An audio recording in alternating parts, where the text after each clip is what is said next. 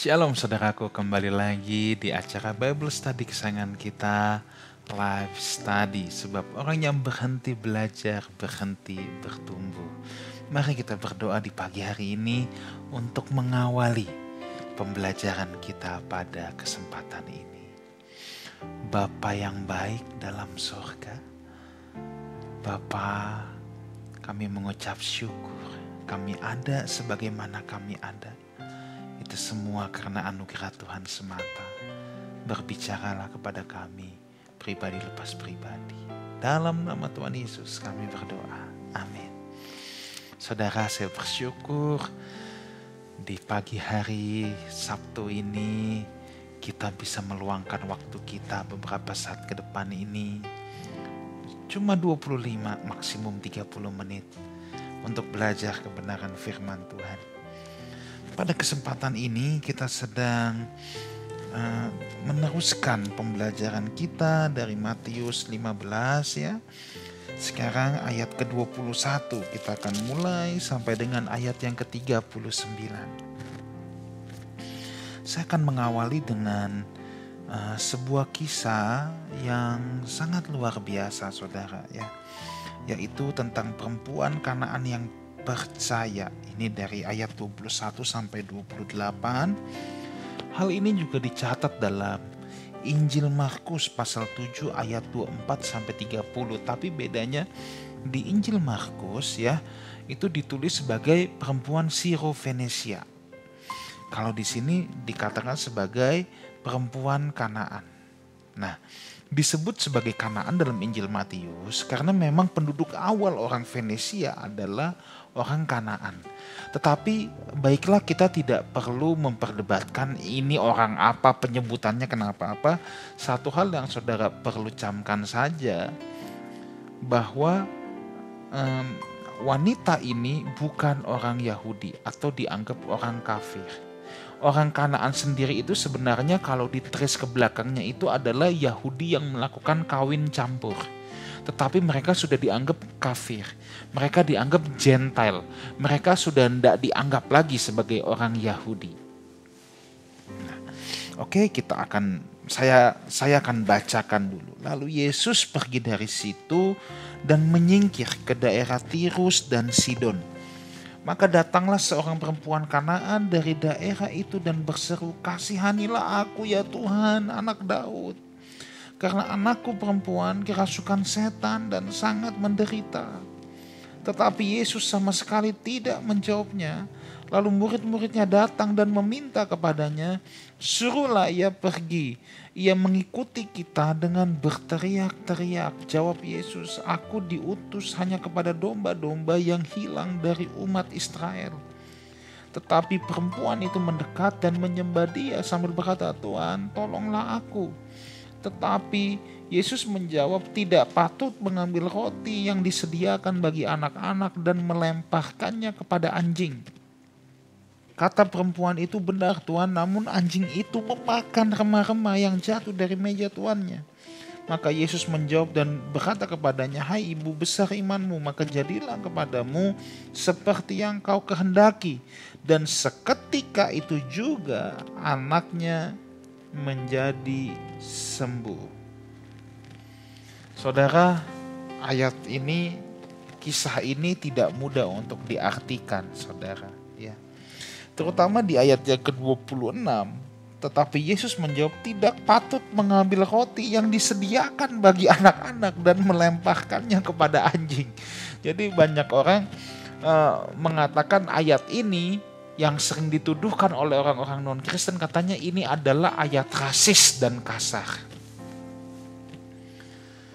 Kok Yesus pakai kata anjing katanya? Dan anjing itu binatang yang najis pada zaman itu. Saudara, ayat ini bukan ayat yang rasis, saudara. Ayat ini bukan ayat yang rasis, tetapi ungkapan umum pada zaman itu. Ya. Ayat ini bukan hendak menghewankan manusia dengan nada perendahan. Sebab kalau saudara baca ayat yang sebelumnya, ya, ayat yang ke-24, "Aku diutus hanya kepada domba-domba yang hilang dari umat Israel." Nah, domba itu hewan bukan saudara? hewan. Tapi kok orang nggak protes kalau dibilang domba? Kok nggak diprotes seakan-akan menghewan-hewankan manusia? Tapi giliran anjing kok jadi kayak apa? Dianjing-anjingin. Nah, ini kan masalah cara berpikir budaya ya saudara ya. Sebab kalau sekarang memang kita hidup di Indonesia di mana banyak orang yang kalau masih suka ngomong kasar, kalau pas lagi marah suka ngomong guguk lu kan gitu ya. Kan nggak ada kan kalau yang marah domba lu, nggak ada kan? Nah jadi karena kita membacanya dengan pola berpikir seperti itu, makanya kita membayangkan ketika Yesus ngomong guk-guk di sini seperti orang yang lagi marah-marah. Ngomong guk-guk. Ya, nah ini kan masalah pola berpikir dan bahasa pada saat itu. Tetapi sejatinya tidak ya saudara ya. Bahwa ini adalah ungkapan umum ya, pengandaian. Sebenarnya yang rasis itu murid-muridnya saudara. Sebenarnya yang rasis murid-muridnya. Coba lihat di sini. Ya. Ayat ke-23, lalu murid-muridnya datang dan meminta kepadanya, suruh ia pergi. Ia mengikuti kita dengan berteriak-teriak. Nah saudara, kenapa kisah ini dimasukkan dan menurut saudara kenapa Yesus awalnya diemin dia dulu? Ingat ya, Yesus melakukan sesuatu pasti punya tujuan. Dan tujuan Tuhan di balik semua yang dia lakukan adalah dia mau murid-muridnya belajar. Bahkan saya pernah mengatakan bahwa bahkan mujizat yang dilakukannya pun dalam rangka Tuhan mau kita belajar. Kalau Tuhan tolong hidup saudara dengan mujizat yang ekstravagansa, yang supranatural, itu bukan sekedar supaya Tuhan hebat, hore, hebat. Bukan itu loh. Tapi dia mau kita belajar. Jadi dalam kisah ini ketika Tuhan Yesus awalnya seakan-akan cuekin dia, ya, cuekin perempuan Sirofenesia ini. Ini pasti ada purpose di mana Tuhan mau murid-muridnya belajar. Pasti ada purpose saudara. Justru inti dari kisah ini kalau kita baca sampai ayat yang ke-28 tadi. Kerendahan hati si perempuan Kanaan ini atau yang dianggap kafir. Yang dianggap dalam tanda petik anjing atau jadi orang Israel itu menganggap dirinya domba. Untuk yang non-Yahudi dianggap anjing. Ingat bukan kasar loh. Ya, ingat loh bukan kasar. Saudara jangan bayangin anjing itu guguk makian, enggak. Mereka melambangkan diri mereka sendiri juga sebagai binatang gitu loh. Ya itu domba. Mereka mewakili diri mereka sebagai domba. Tapi untuk orang non-Yahudi gambarannya anjing. Tapi bukan dalam konteks guguk seperti kita omelin orang. Ingat itu ya. Nah ini justru tamparan keras saudara. Tamparan keras. Jadi kisah ini dimasukkan justru si perempuan Kanaan ini merupakan tamparan keras bagi orang Yahudi, termasuk untuk murid-murid Tuhan Yesus. Kenapa saya katakan sebagai tamparan keras? Begini saudara, perempuan Kanaan ini tetap dengan berani memohon agar anak perempuannya disembuhkan. Ia mengatakan bahwa dia tidak meminta apa yang diperuntukkan untuk orang Israel. Orang Israel kan selalu merasa VIP saudara. Dia cuma minta remah-remahnya saja. Ia tetap menganggap suatu anugerah saudara ya. Ia tetap menganggap suatu anugerah. Walaupun itu hanya remah-remahnya, dia hanya memohon belas kasihan Tuhan Yesus tuh. Banyak orang Yahudi sendiri yang tidak memohon belas kasihan Yesus. Justru ini yang non-Yahudi yang memohon belas kasihan Yesus. Dan ia hanya menganggap suatu anugerah walaupun dia hanya mendapatkan remah-remah. Yang namanya remah-remah adalah sesuatu yang tidak diharapkan atau sesuatu yang tidak dihargai oleh orang.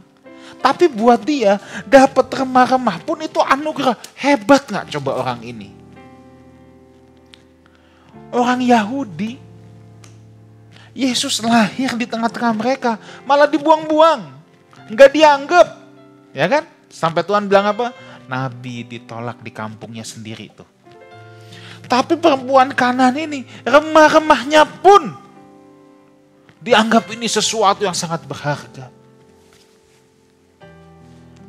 Kita bisa nggak punya sikap hati yang seperti perempuan ini, saudara? Kerendahan hatinya.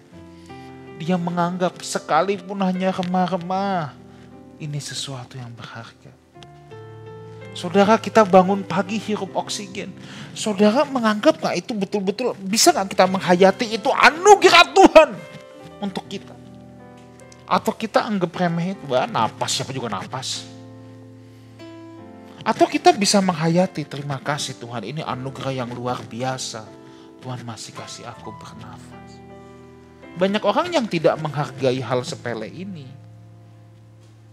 Banyak orang yang tidak menghargai hal sepele ini.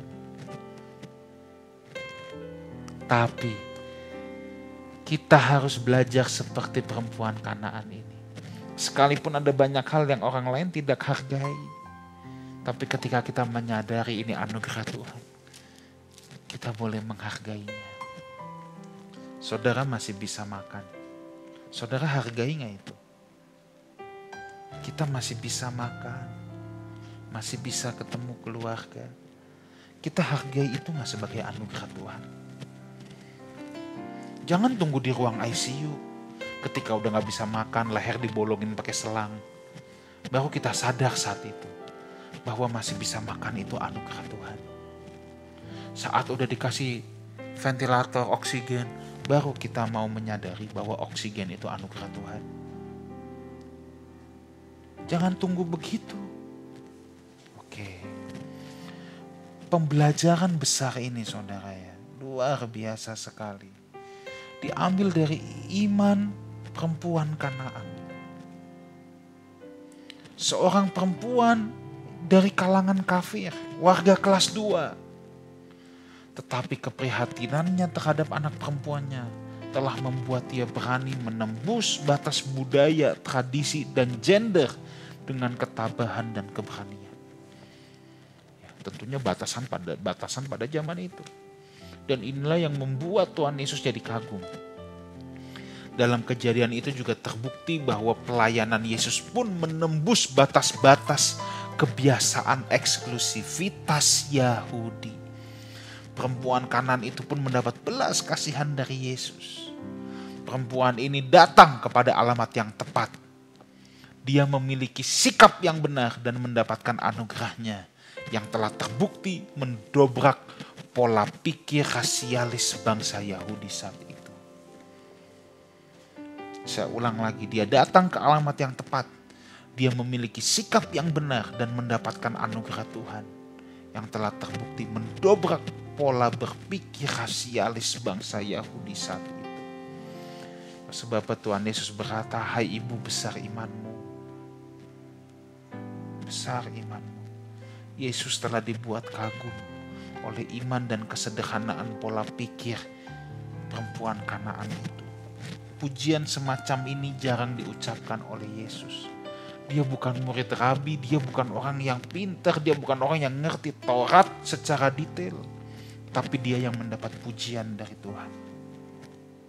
Bukan orang yang hafal Alkitab, katam Alkitab, yang dapat pujian dari Tuhan. Ingat, jangan dipelintir, jangan bilang, oh kata Pastor Wigan kita gak usah baca Alkitab. Harus.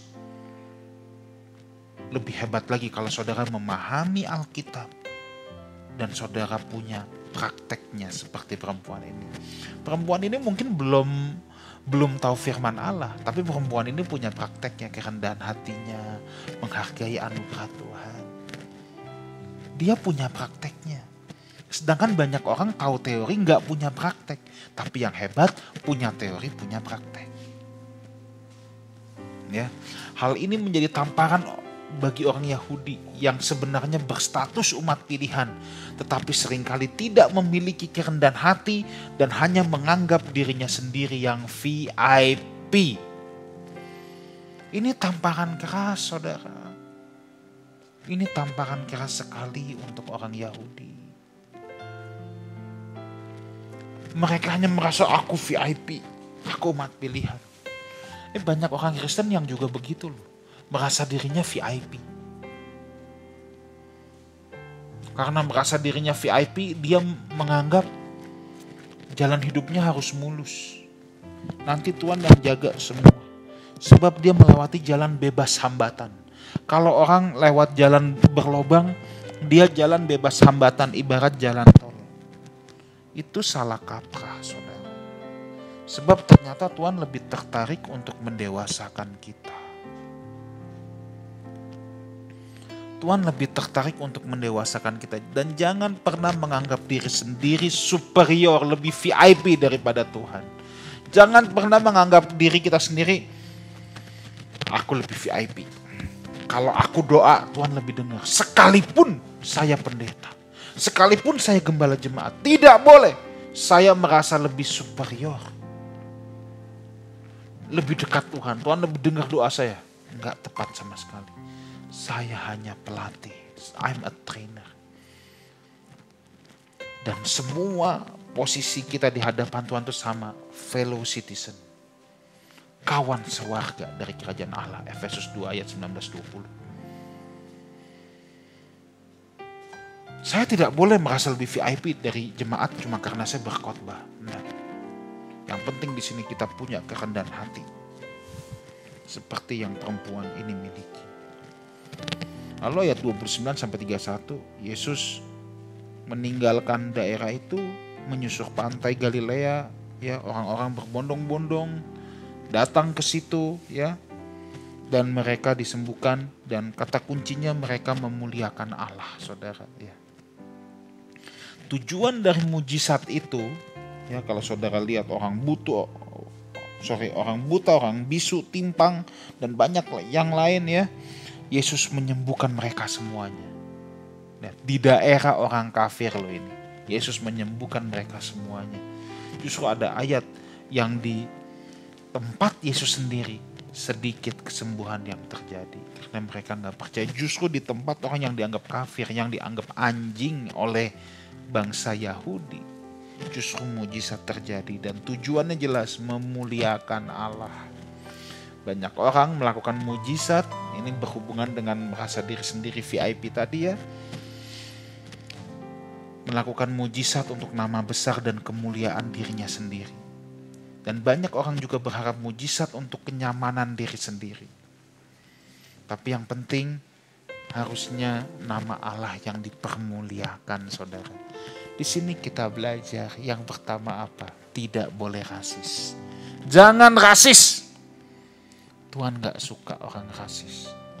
Setiap kita punya harga yang sama, yaitu darah Yesus.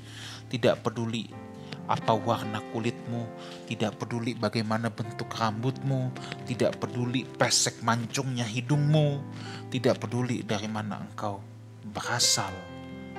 Harga dirimu darah Kristus. Jangan rasis. Jangan rasis. Yang kedua, kita melihat nama Allah dipermuliakan. Tujuan mujizat bukan supaya kita kuat dan gagah. Saya punya pengalaman, saudara. Saya bukan pendeta anti mujizat. Ketika saya masih muda, saya pun pernah KKR di lapangan bola di kota Semarang dulu, ya. Dan mujizat itu nyata terjadi. Tetapi ingat, mujizat itu bukan supaya diri saya hebat. Saya nggak anti. Jadi ceritanya dulu ketika di Semarang kita KKR 2 hari. Bukan saya yang berkhotbah, saya ikut salah satu pendeta. Saat itu saya masih sekolah Alkitab, tapi saya jadi tim doanya. Yang diri di samping kiri kanannya. Di hari pertama ada orang yang datang dalam keadaan tuli. Ini benar, saya nggak buat-buat. Ketika didoakan menjadi sembuh. Tapi saya harus ingat, ini Tuhan yang menyembuhkan, bukan saya. Nah, di hari kedua dia membawa temannya yang lain yang sakit. Dan dia sengaja khusus nggak mau didoakan yang lain, maunya didoakan sama saya. Di sini yang saya belajar, saya tidak mau kasih yang lain. Kenapa? Ya sama aja. Tuhan yang menyembuhkan. Bukannya saya nggak mau mendoakan. Kalau dia datang, pas-pasan memang dapatnya saya lagi ya nggak apa-apa. Tapi kalau sampai mati-matian cariin saya, mau didoain sama yang lain nggak mau, something is wrong. Kan bukan saya yang sembuhin. Tangan saya mah begini, jari buntet-buntet kayak Doraemon. Nyembuhin gimana? Ini nggak ada saktinya, saudara. Kan yang menyembuhkan Tuhan, jangan cari manusianya. Di sini yang kita belajar, nama Allah dipermuliakan. Ayat 32 sampai 39 kita akhiri dengan kisah ini. Yesus memberi makan 4.000 orang. Ya, ini berbeda dengan Yesus memberi makan 5.000 orang. Nah, banyak ahli berpendapat bahwa kelompok 4.000 orang ini adalah kelompok orang non-Yahudi. Karena mujizat ini masih terjadi di Galilea. Dan ini juga diletakkan cerita ya berurutan dengan tadi perempuan Kanaan atau Sirofenesia. Orang yang menyembuhkan tadi yang ayat 29 sampai 31 pun mujizat itu adalah untuk orang-orang non-Yahudi. Termasuk ini, orang-orang yang kelaparan ini adalah orang-orang non-Yahudi. Apa yang bisa kita pelajari? Yang pertama, keselamatan memang untuk semua bangsa.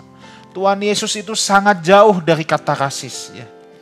Yesus menyediakan pemeliharaan, mujizat, dan bahkan keselamatan untuk seluruh umat manusia tanpa memandang suku, bangsa, dan ras. Jadi saudara, kita jangan menganggap yang berhak dapat pemeliharaan Tuhan hanya orang Kristen. Tidak.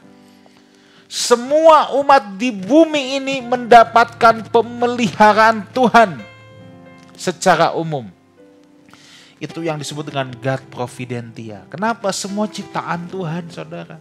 Makanya orang baik dan orang jahat dapat sinar matahari. Dulu kita bahas di Matius 6. Ya. Bukan orang baik dapat sinar matahari. Kalau orang jahat bangun pagi tetap gelap. Enggak begitu. Semua mendapatkan providentia Tuhan. Tapi kalau orang percaya ada pemeliharaan khusus. Apa yang dipelihara? Imannya. Supaya akhirnya kita boleh beroleh kemenangan. Maksudnya apa? Kita dimasukkan proses, dididik oleh Tuhan, berikan kurikulum untuk menambahkan iman kepada kita, untuk menambahkan sebuah pengalaman berjalan dengannya. Itu pemeliharaan khususnya. Tetapi secara umum semua berhak. Maka saudara jangan aneh kalau kadang-kadang mendengar cerita mujizat orang selamat dari kecelakaan maut. Padahal bukan orang Kristen. Dan you jangan bilang, itu setan yang bikin. Enggak, Tuhan. Ya memang waktunya dia belum selesai. Di bumi ini. Tuhan bisa memelihara dan memberikan mujizat. Berkat apapun itu untuk semua orang. Yang kedua, Yesus adalah pemimpin yang bertanggung jawab dari kisah ini. Ya, Yesus tidak mau bahwa murid-muridnya dan mereka yang ikut dengan dia pulang dengan rasa lapar, saudara. Ya. Yesus pemimpin yang bertanggung jawab. Dia punya hati belas kasihan terhadap orang yang mengikutnya. Yuk saudaraku, kalau ada orang yang di sekeliling kita tidak bisa mendapatkan makanan, jangan bisanya protes ke Tuhan. Tuhan, kenapa Tuhan gak adil? Dia ada merupakan tanggung jawab saudara dan saya untuk memberi dia makan. Ada banyak orang kalau ngelihat orang kelaparan, dia cuma protes doang. Tuhan gak adil, Tuhan gak adil. Ini bukan soal Tuhan gak adil, justru dia ada. Supaya kita bisa jadi saluran berkat. Itu jadi tanggung jawab kita loh untuk berikan dia makan, saudara. Saya berdoa kebenaran firman Tuhan hari ini membawa kita kepada pengenalan akan Tuhan yang lebih dalam lagi. Tuhan Yesus menyertai kita semua. Mari kita berdoa. Bapa yang baik, terima kasih. Roh Kudus, Guru yang agung, mengajarlah terus di tengah-tengah kami dalam segala keadaan. Demi nama Tuhan Yesus kami berdoa. Amin. Saudaraku, terima kasih atas kebersamaan kita di program Life Study. Sebab orang yang berhenti belajar, berhenti bertumbuh. Kita berjumpa lagi Sabtu depan, di hari Sabtu pagi, untuk kita teruskan dengan pembahasan Matius pasal yang ke-16. Jangan lupa subscribe Life House Community. Ada Sunday Service jam 10 pagi hari Minggu dan Live Talk. Di sana ada perbincangan yang lebih praktis, ya, lebih relevan dengan kehidupan kita sehari-hari, dengan pergumulan kita, ya. Setiap hari Kamis jam 7 malam. Dan juga subscribe Life House Music pada pujian penyembahan yang akan sangat memberkati saudara. Follow Instagramnya juga, Life House Community. Di sana ada renungan harian live message yang setiap pagi saudara bisa dengarkan. Dan juga ada live quotes, kata-kata bijak. Tuhan Yesus menyertai kita semua. Haleluya.